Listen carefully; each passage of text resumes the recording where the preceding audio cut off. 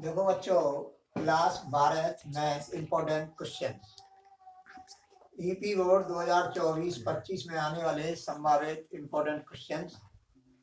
8 marks का ये प्रश्न है और ये रेखीय प्रोग्रामन का चैप्टर का सवाल है। इसको ध्यान से समझना है। अब देखो, ये सभी जो है अपर्वत क्षेत्र आ रहे हैं। एक सवाल और आपको कराऊंगा कि जो वैनिक छायांकित क्षेत्र है वो अपर्वत है, उसका एक प्रश्न और लूंगा, लेकिन उसका जो कल समझाऊंगा आपको। पहले मैं इस प्रश्न को समझा रहा हूँ। तो देखो, निम्न विवरणों के अंतर्गत z बराबर 8x + 7y का अधिकतम मान ज्ञात कीजिए।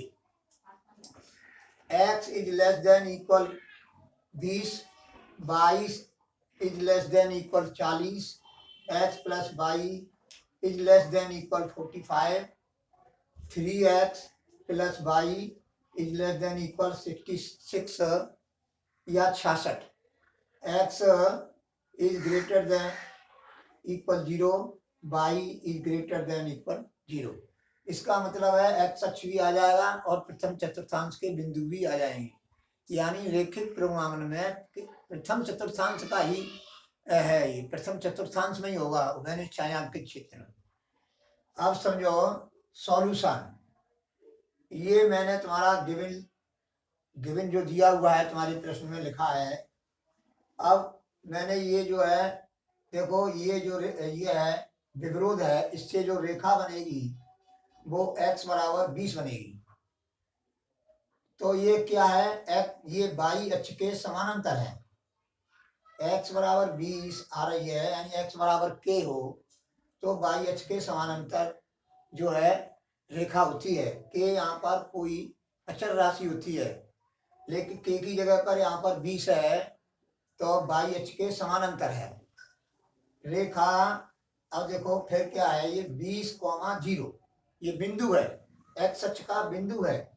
जो ये रेखा x अक्ष पर क्या है, वो y अक्ष के समानांतर है, y अक्ष के समानांतर है।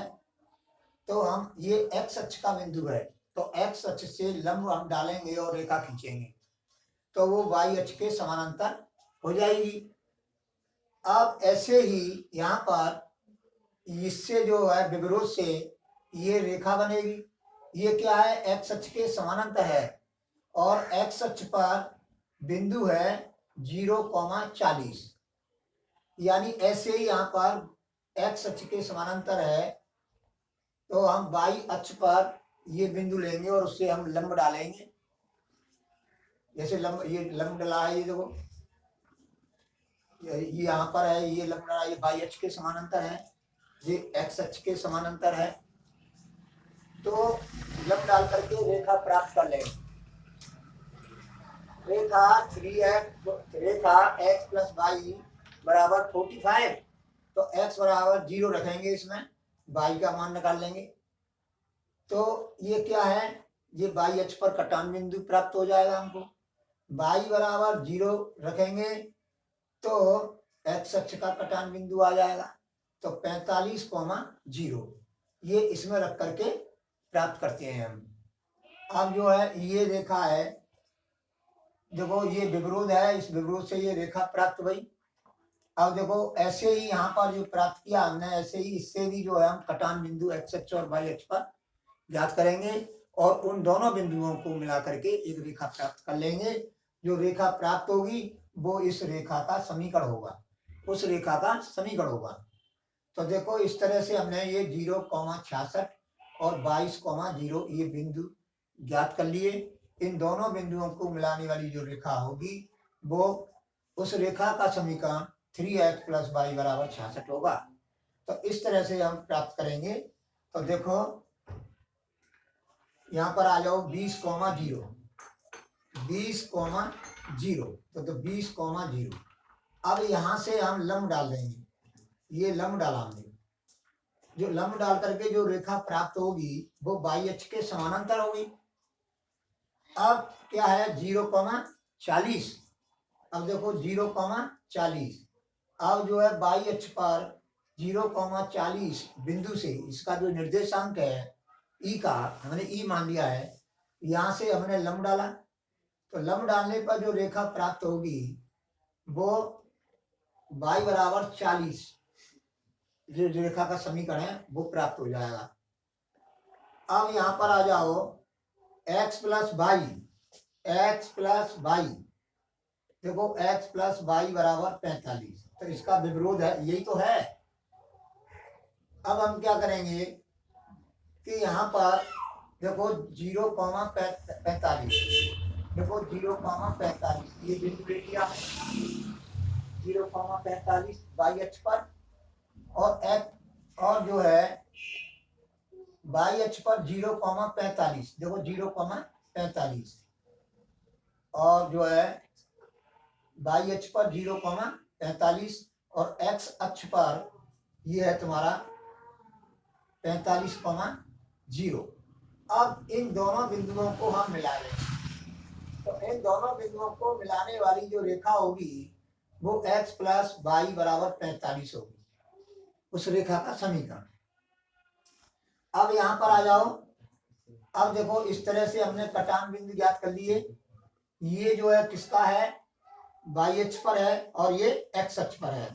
तो देखो एक्स अक्ष पर y,0 ये बिंदु है, और देखो 0, अब जो है तुम्हारा वाई अक्ष पर 0,66 है। इन दोनों बिंदुओं को मिला देंगे तो 3x प्लस वाई बराबर 66 रेखा का समीकरण बनेगा, इस रेखा का समीकरण बनेगा 66, 3x प्लस वाई बराबर 66। तो इस तरह से हमने ये रेखा प्राप्त कर ली। अब हम छायांकित कैसे करेंगे? अब देखो ये जो है यहां से लेते हैं x बराबर 20, तो देखो x बराबर 20 ये रेखा है। अब इसकी जो है ये रेखा है, तो अर्धतल दो हो गए इस रेखा के। देखो एक इधर हो गया मूल बिंदु की ओर, और ये मूल बिंदु के विपरीत हो अर्धतल जो है, ये अर्धतल है। अब हम अब इस अर्धतल में कोई बिंदु ज्ञात करेंगे, जो हमको ज्ञात है उसको लेंगे। तो हमारे पास 0, 0 है इस अर्धतल में, तो 0, 0 रख लेंगे सुविधा की दृष्टि से। वैसे आप कोई सा बिंदु ले सकते हैं, 5,40 भी ले सकते हैं, और उस विरोध में रख के देख सकते हैं। अगर संतुष्ट हो रहा होगा तो जिधर अर्धतल है, जो बिंदु है जिससे तुमने मान रखा है और उसको संतुष्ट कर रहा है, उसी ओर का अर्धतल छायांकित होगा। अन्यथा की स्थिति में विपरीत ओर का छायांकित होगा। तो अब देखो 0, 0 रखो, इसमें कहाँ है, देखो 0 इज लेस देन 20 संतुष्ट हो रहा है। तो इसका मतलब है कि इसका जो छायांकित भाग होगा वो इधर होगा। तो देखो ये छायांकित भाग जो है इधर होगा, ये साइड होगी छायांकित भाग, यहां से इधर इधर ये छायांकित हो। अब इसको लो, इस रेखा को। अब इस अर्धतल में 0, 0 इसमें भी है, इस बिंदु को भी ले सकते हैं, विरोध में मान रख दो इनमें। जब देखो ये अर्धतल दो, हर रेखा दो अर्धतल बना रही है। एक अर्धतल ये हो गया, एक। अब इसमें निगम बिंदु है, बहुत बिंदु है, ये बिंदु है, ये बिंदु है, ये बिंदु है, ये बिंदु है, ये बिंदु है, ये बिंदु है, ये भी बिंदु है।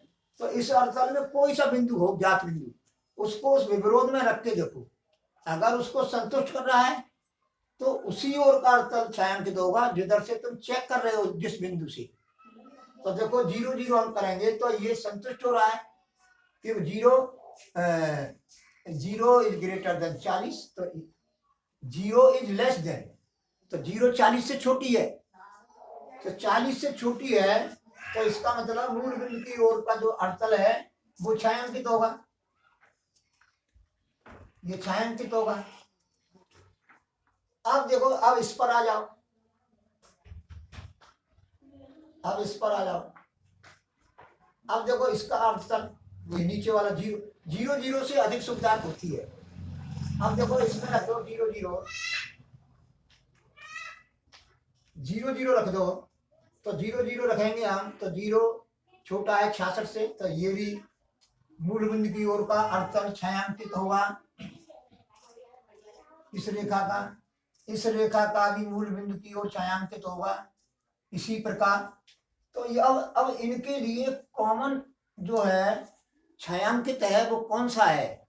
देखो अब ये ओवेनिच छायांकित क्षेत्र है, ये है ओवेनिच छायांकित क्षेत्र, ओवेनिच छायांकित क्षेत्र या ओवेनिच सुसंगत क्षेत्र। अब इसके कोणीय बिंदु लेते हैं, कोणीय बिंदु देखते हैं। तो देखो कोणीय बिंदु हैं 1 2 3 4 5 और ये 6 कोणीय बिंदु है। और 6 कोणीय बिंदुओं के निर्देशांक उसमें जेड में रख करके जेड के संगत मान ज्ञात हम कर लेते हैं। फिर उसमें हम देखते हैं, अगर न्यूनतम पूछा है तो न्यूनतम देखेंगे और अधिकतम पूछा है तो अधिकतम देखेंगे। अब समझो, अब हम जो इनके प्रतिच्छेद बिंदु ज्ञात करेंगे। भाई इस बिंदु का कोणीय बिंदु के जो है निर्देशांक तो ज्ञात करने पड़ेंगे ना, तभी तो मान रखेंगे जेड में एक्स और वाई की। तो देखो इसका किया मैंने, तो देखो समीकरण सेकंड और समीकरण थर्ड को हल करने पर बिंदु डी 5,40। तो देखो डी क्या है? डी है तुम्हारा ये है। अब ये जो बिंदु है किस रेखा पर है? किन किन दो रेखाओं पर है? तो ये जो है इस रेखा पर है यानी फोर्थ पर, और ये जो है सेकंड रेखा पर। दोनों रेखाएं गुजर रही है इस बिंदु से। तो इन्हीं समीकरणों को जो है हम हल करेंगे। तो देखो समीकरण सेकंड और थर्ड को हल करने पर बिंदु डी के निर्देशांक प्राप्त कर लिए, यानी उन समीकरणों को विलोपन विधि से या प्रतिस्थापन विधि से हल कर करके ये एक्स का मान है और ये वाई का मान है। अब समीकरण थर्ड और फोर्थ को हल करने पर समीकरण थर्ड क्या है? देखो समीकरण थर्ड और समीकरण फोर्थ। समीकरण थर्ड, अब ये रेखा है और ये रेखा है, ये इसको काट रही है। तो अब इनको थर्ड को और फोर्थ को हम हल करेंगे तो सी बिंदु के निर्देशांक प्राप्त हो जाएंगे। तो सी बिंदु के निर्देशांक हो गए। अब समीकरण फर्स्ट और फोर्थ को हल करने पर डी के निर्देशांक 20,6 आ जाएगा, यानी 20,6 इसके निर्देशांक। अब इन दोनों को हल करेंगे, इस रेखा को और इस रेखा को, यानी थर्ड और को, तो ये बिंदु आ जाएगा। ये बिंदु मैंने बता दिया तुम्हारे लिए, ये बिंदु तुमको ज्ञात है ही, ये बिंदु तुमको ज्ञात है ही। तो इस प्रकार से ओवेनिस्ट छायांकित क्षेत्र या ओवेनिस्ट सुसंगत क्षेत्र के कोणीय बिंदु ये लिख दिए मैंने। अब इन कोणीय बिंदुओं पर जेड के संगत मान ज्ञात करेंगे। इसके लिए हम टेबल बनाएंगे। क्या बनाएंगे? टेबल, यानी इसको बोलते हैं हिंदी में तालिका। तो तालिका कोणीय बिंदु की और जेड के संगत मान की। अब देखो ए बिंदु के निर्देशांक हैं, बी बिंदु के में लिख लिए, सी के लिख लिए, डी के लिख लिए, ई के लिख लिए, और इनके मान रख करके इसमें रख करके और ये मान मैंने प्राप्त किए। इसी तरह से आपको प्राप्त करना है। तो ये प्राप्त होंगे, यानी वो मूल बिंदु है, इसके निर्देशांक 0 0 है तो इसके 0 0 ही आएंगे। अब इनमें जो है अधिकतम पूछा है। अब देखो ये है 21/2, तो इसका हम करेंगे दशमलव में तो 10.5 हो जाएगा, और इसको जो हम हल करेंगे 2 3 6 तो 45.5 हो जाएगा। वो 2 3 6 और जो हो जाएगा 34.5 है इसका मतलब, और इसका है 10.5। तो इस तरह से पॉइंटों में इसमें एक्स और वाई के मान रख करके हल करेंगे तो ये प्राप्त होगा। अब ऐसे ही 5,40 पर 5,40 पर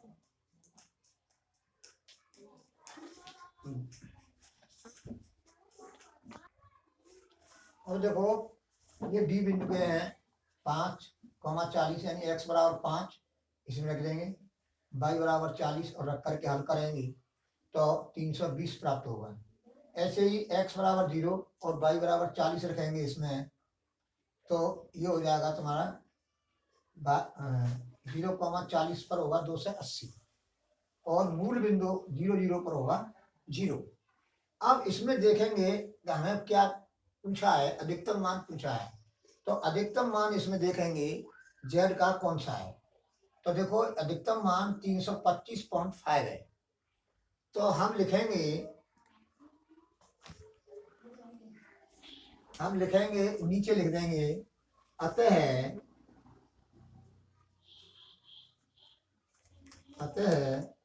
बिंदु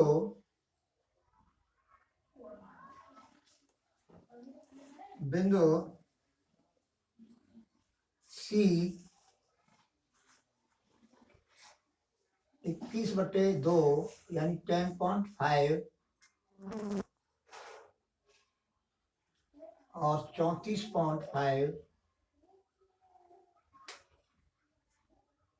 इसमें भाग दे लेना बेटा, इसमें भाग दे करके ये लिख दिया है मैंने। पर जेड का मान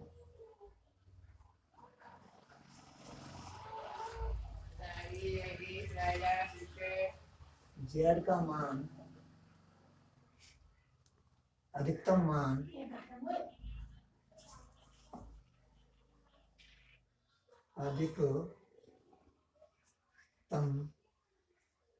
मान बराबर